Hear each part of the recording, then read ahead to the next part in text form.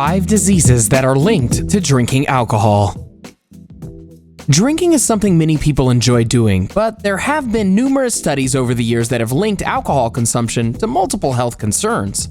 Today, we're going to explore those afflictions that can be brought on by alcohol. But before we begin, hit subscribe and click that notification bell as well. Cancer.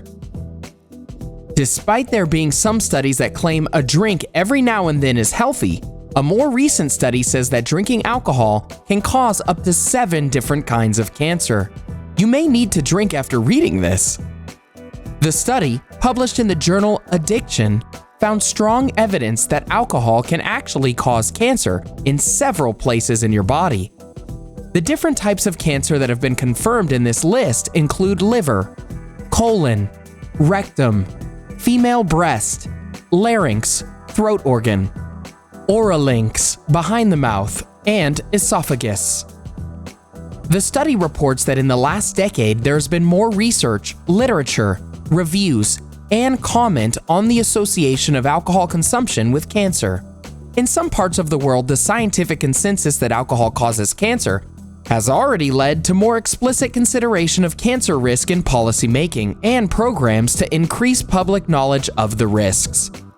The research also explained that the current estimate of the cancers caused by alcohol consumption make up for 5.8% of all cancer deaths worldwide.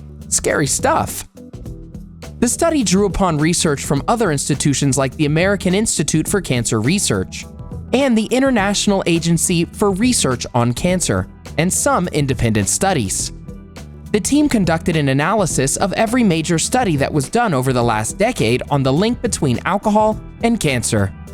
The good news is that the risks associated with consuming alcohol are reversible. Some findings with people that quit drinking show a reduction in the effects that could lead to cancer.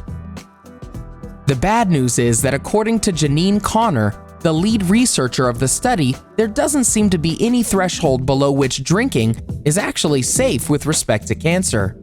She adds, so the straightforward, obvious answer to your question is that no alcohol is safe, and any alcohol increases your risk of some types of cancer. In a 2013 study, a study found that even light drinkers still faced an increased risk of certain types of cancer. Liver disease. The worst part about liver disease and alcohol is you don't even have to drink all that much in order to contract it. According to the U.S. National Library of Medicine, liver disease can start to form even after chronic, moderate drinking. Keep in mind, however, that the more you drink, the more likely you are to contract something. There are a couple of things to think about when associating these two, however. For starters, genetics play a huge part in whether or not you develop liver disease. You might not ever develop anything if you got lucky in the gene pool. Others, however, might not be so fortunate. Women also have a tougher time than men and are more susceptible to afflictions. Finally, if you mix alcohol and medication like, say, Dayquil, you have a much bigger chance of getting liver disease. Some of the first symptoms that indicate you might be developing an issue with your liver: low energy. If you're feeling sluggish or sleeping more often, then you might be developing an issue with your liver. Loss of appetite. If you're eating less, then there might be a chance that you're getting closer to issues with your liver. Stomach pain and nausea. The appearance of small, spider-like blood vessels on the skin. Those are just some of the preliminary symptoms too. There are even more severe symptoms that if you experience them, you should definitely see a doctor. Here they are. Fluid buildup in the legs and abdomen, yellow skin, red palms, bruising, difficulty thinking, impotence or shrinking testicles in men. These symptoms might come all at once, or they might appear over time. Keep in mind that liver disease usually starts out as fatty afflictions. Then, after drinking a lot, they turn into alcoholic hepatitis. Finally, they usually end with alcoholic cirrhosis, which we'll touch on briefly before moving on. Alcoholic cirrhosis. This disease is deadly, period. According to drugrehab.com, liver cirrhosis is responsible for a large portion of the roughly 40,000 deaths caused by chronic liver disease each year. And obviously, it's a disease associated with heavy drinking. Essentially, When you have alcoholic cirrhosis, your liver is scarred. While your liver can usually regenerate damaged tissue, it's unable to do anything with scarring. That's when the real problems start. The scarring on your liver stops blood from flowing through the liver. That, in turn, disrupts your liver's ability to process all the good things your body needs, such as nutrients and hormones. You get enough scar tissue and, eventually, you'll find that your liver just doesn't work anymore, which, as you probably have guessed, is a really bad thing.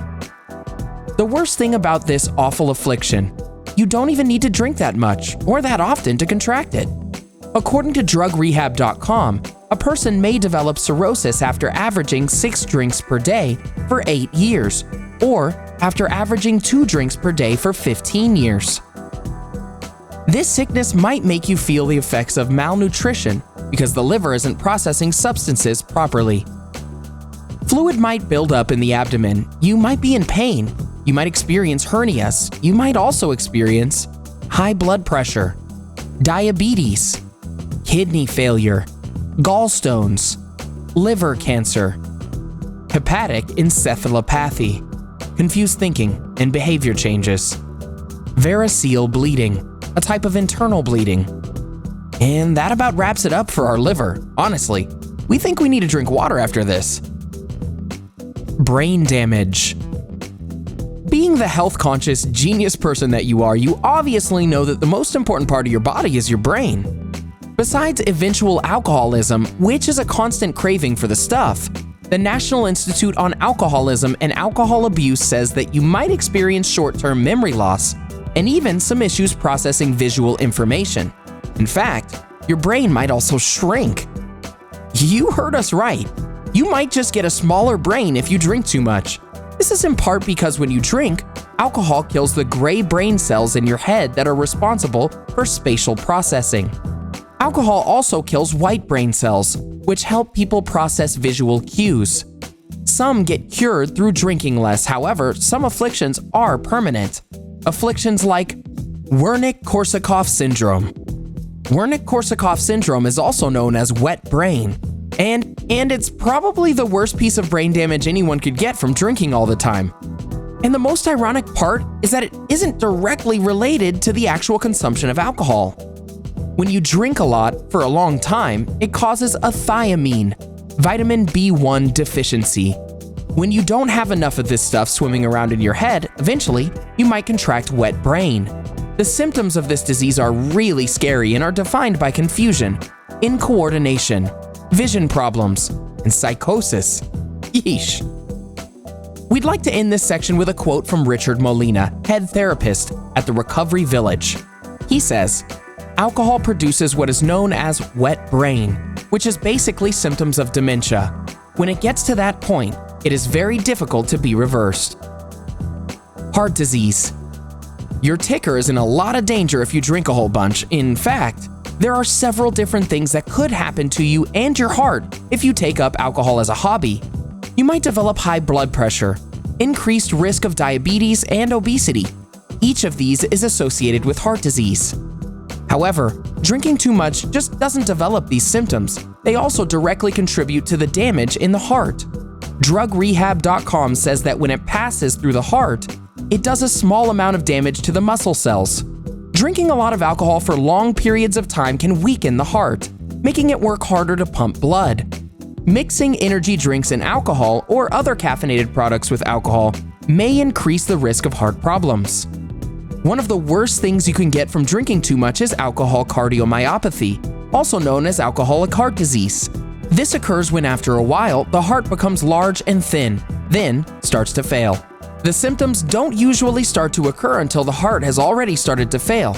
Some symptoms include swelling of the feet or ankles, shortness of breath. If you have sudden trouble breathing, then you might have an issue with your heart. Decreased alertness, lower urine output, fatigue, irregular heartbeat. While some studies link drinking small amounts of red wine helping with the reduction of heart disease, it's advisable not to go too crazy. If you really want to help your heart, try a healthy diet and moderate exercise. You can totally go to our channel and look up all sorts of different workouts and diets on our channel. And I know, It doesn't sound as good as drinking a glass of wine and watching Grey's Anatomy, but you wouldn't want to become a patient in the hospital, would you? And so, our video about the health risks of alcohol is complete. What did you think of our list? Did you learn something new about the risks of drinking? Did we miss any of the most alarming diseases? Let us know in the comment section below everything we might have missed. Enjoyed this video? Hit the like button and share with your friends. Also, subscribe to our channel for more videos like this. Thanks for watching.